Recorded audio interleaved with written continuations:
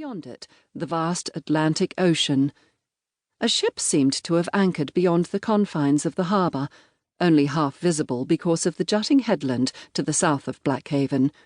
It must have been a large vessel, since even her short-sighted eyes could pick it out.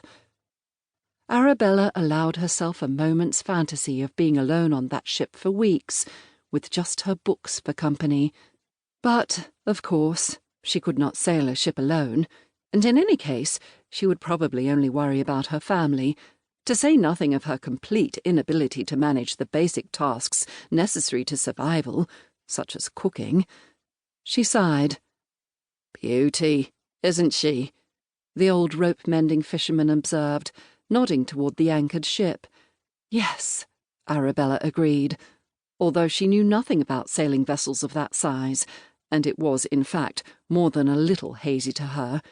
She could imagine its sleek lines, the fluttering of its sails, the notion of all the exotic places it might have been and would sail to next. "That's the Albatross, that is," the old man informed her. Arabella glanced at him. "The Albatross?" she repeated. "Captain Alban's ship." Ah. Captain Alban's name was known to her as that of a somewhat shady character, probably involved in illegal trade and even piracy.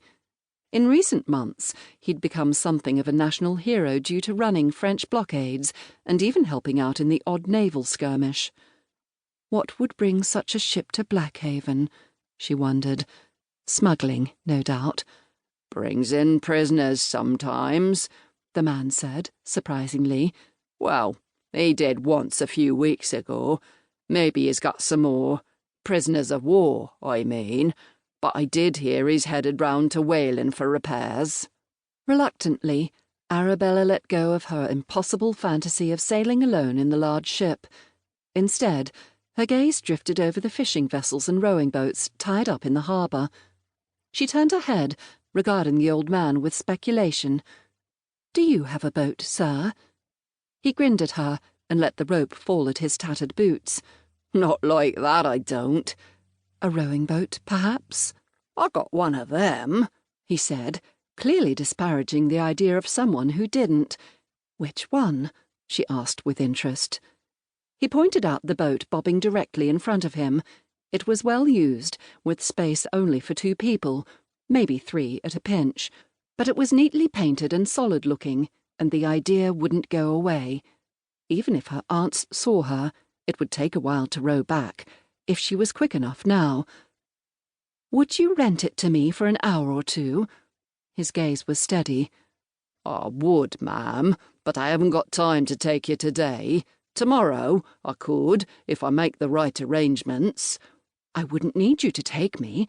I can row myself, and the sea is beautifully calm."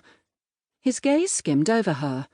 "Begging your pardon, ma'am, but you don't look fit to even lift the oars." She smiled. "That's where you're wrong. I'm quite used to rowing on the loch at home." "Lakes are not the sea," he said severely. "I won't lose your boat, I promise. I'm afraid I have no money with me just now, but I will pay you, or you may come to me at the hotel for it later on. My name is Arabella Niven." "I know who you are," he said unexpectedly, and grinned when she blinked at him in consternation. "The arrival of a duke's daughter is an important event in Blackhaven, even nowadays." He stood up. "Very well, in you go." Arabella suspected he only gave in to watch her flounder and give up before the boat was even untied. But she hadn't lied. Alone at Kelburn for so much of the year, she'd rowed quite frequently. "Don't go too far out," he warned, as she descended the steps and clambered into the rocking boat in her clumsy way. "It'll be harder when the tide turns." All the same, as he cast off the rope, he was clearly dubious about her chances of getting anywhere at all, let alone far enough out to be in difficulty. She took a modest pleasure in proving him wrong, in setting the oars and pulling in slow, rhythmic strokes. "Thank you," she called. Pulling away from him, she prepared to enjoy her adventure.